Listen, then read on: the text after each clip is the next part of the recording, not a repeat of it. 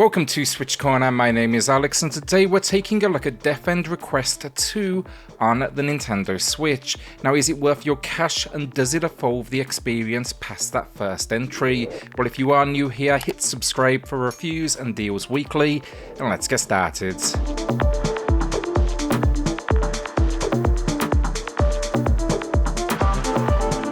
Story then, and we follow Mei Toyama, a young girl who is having a rough time of it. She has an abusive father, and one fateful night this turns into a life and death scenario. She is threatened and she grabs her father's hatchet. Then she proceeds to turn it on him. Here we are told she, let's say, finishes things. The one light in her life during this time though, messages from her sister. Following this event though, we learn that her mother has passed away and now decide to go on the hunt to find our sister who appears to be missing. This leads us to the Wordsworth Women's Dormitory that is found in a small European town. Now quickly the game introduces a relatively large cast of characters, from let's say a maid to the headmistress to other students around this campus. From here though, we are going to be staying here studying, and our roommate, that's going to be Rattan, the daughter of the headmistress, that is Headmistress Midra. One night though, we are getting ready for bed when we hear screams. Another student has left after curfew. We follow to understand what is happening, and it appears this small and what appeared to be at least quiet town is actually infested with demons come nightfall. Here begins a journey of not only understanding what happened, but uncovering who is involved, where these demons come from, what happened to your sister, and then helping plenty of other students along the way. I actually really enjoyed the story. It comes from Makoto Kedowin, I'm sure I'm saying that wrong, but the same writer as Corpse Party. If you're worried about the horror element of this game then, I wouldn't be. It's never more than creepy. It's not a game with jump scares or anything else. It's more what I'd call a horror theme over a horror experience. Now the real test, if this one's going to be for you, it's heavy on the dialogue, and I mean, take a look at this fast forward scene here. This is just a small snippet. It's best described, this game as 50% visual novel, 50% almost basic RPG. Fortunately though, the writing here, solid. I found many of the characters to be really likeable, and that goes for supporting cast as well. It always feels like things are progressing forward, and the daytime sequences of the game, they do the majority of the work with the storytelling. The only issue I did have the first hour or so of the game, it felt like it was a tad too slow to get things going. The night though is when it converts into an RPG. It can definitely be a little bit heavy-handed at times with its fan service, but that didn't really surprise me. I knew that coming in, and I felt like they did more than enough to give them all, all these characters at least personality. It also kept me intrigued through its 15 to 20 hour runtime. Okay, so gameplay, and let's get the visual novel elements out of the way first, which makes up half the game. This, for the most part, it will take place in the daytime at the dormitory. You will have scenes that are automatic before being presented with a smaller map that you can navigate. It's not something you can freely explore, it's simply a menu. But yeah, it's these events you can choose from to interact with before ending the day and moving things forwards. For the dialogue, there is a decent chunk of voice acting in here, but expect the ability here with the text to skip it. You can fast forward through it, which really defeats the whole point of this game. You can skip the event entirely, and you can also put it on my favourite, which is auto scroll. That will allow you to kind of move things forward quickly while sitting back and relaxing. This is all about though evolving the story, the world around you. There's very little direct gameplay outside of maybe a few decisions, though I will say here those decisions, few and far between. Get through the day though, the clock strikes midnight, and here comes the gameplay. It's best described as a JRPG dungeon crawler, this smaller European town being said dungeon. It's not a huge map. You will revisit the same locations multiple times, and eventually you'll even gain access to fast travel as you start to get further out from the center. Each night though typically brings a different mission that will culminate in some sort of boss moment. Throughout your exploration though, you can expect smaller dialogue moments, enemies, and a whole host of items to collect up. You'll also find things like telephone booths and computers that you can interact with. During exploration then, the first thing you will cross paths with, it is a blue gem shard. These are save points and access to a camp location. Here you will get access to mission information, you can eavesdrop on your team's conversations, and then you can also visit a shop. At the shop you can not only purchase new items from think health to equipment, but you can also accept missions in return for a reward, which adds a nice extra layer of depth to the adventure. While you do start the game then as just May, this party will grow, and while I want to avoid any sort of spoilers, to include Rottie and Liliana. Through this exploration though, you'll always control May, but each character has what it calls a bug skill, so you can use them in the right moment. Examples: May can access CCTV terminals, they reveal hidden pathways. Rottie can fly over obstacles, and Liliana, well, for lack of a better description, she can Hulk smash. Outside of this though, the majority of your time now will be in battle. Monsters appear on the map, this is not randomized, you can avoid them, but then you can also engage with them first with the swing of a weapon or a tap of the A button. This will provide some sort of boost, maybe you'll get to go first, but likewise enemies can also get the jump on you too. The first thing you will notice in battle though, circles that cover the battlefield. These are what's known as cursed bugs. Interact with them, or like walk over them, and it will have an effect on your character, positive and negative.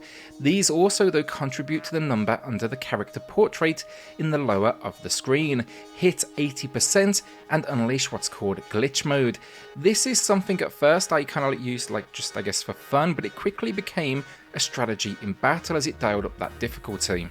Essentially, you go into God mode, or in this game's case, fan service God mode, and can unleash some devastating attacks on your enemies, especially useful in those latter boss moments.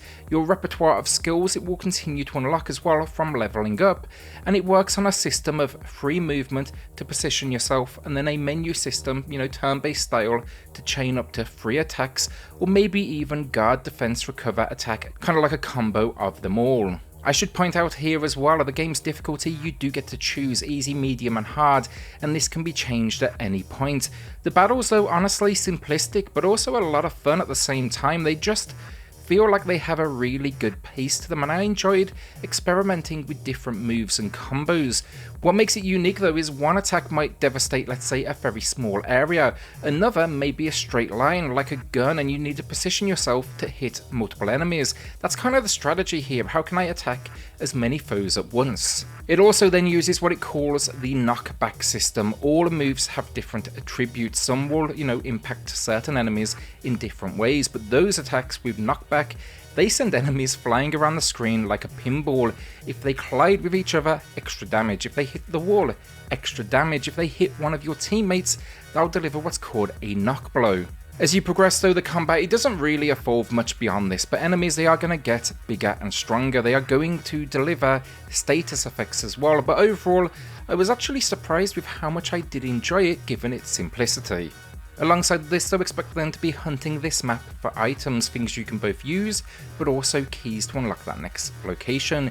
You'll also be monitoring and switching in and out equipment for your team and organising that party. So problems then, and sure, like the gameplay, it's repetitive, but I was actually okay with that. Between story and combat, it never felt like it outstayed its welcome with the action, but the performance, it varies somewhere between what I describe as bad and okay. Often in exploration, the frame rate, you're looking at somewhere between 15 to 20 frames per second, occasionally higher, and of course lower. It just feels so incredibly sluggish that even though I enjoyed the small town and that combat, it was always accompanied with frustration as I missed a turn or couldn't quite, line up that next attack. That was especially frustrating with things like the pistol, where it had to be extremely accurate. Clunky would be the best way to describe it. That's the reason why I'm going to say today I can see why you would want to play it. I enjoyed it, but unless it's your only system or handheld is a must, then I would honestly go to another platform. Yes, it includes all paid and free DLC, but even then it is not worth the compromise. It's also worth noting here, it felt like the performance dropped even further when I did jump into handheld play. Naturally, on the back of this, the visual novel elements, they are fine, but yeah, that dungeon crawling, it's really struggling. So graphically, the majority of the story is presented in that typical visual novel fashion, a variety of 3D backgrounds and hand-drawn, with 2D character models that are slightly animated. There's the occasional cutscene, but overall I liked what designs we had here. The map of the location, the dormitory to find that next conversation, and the dungeon crawling.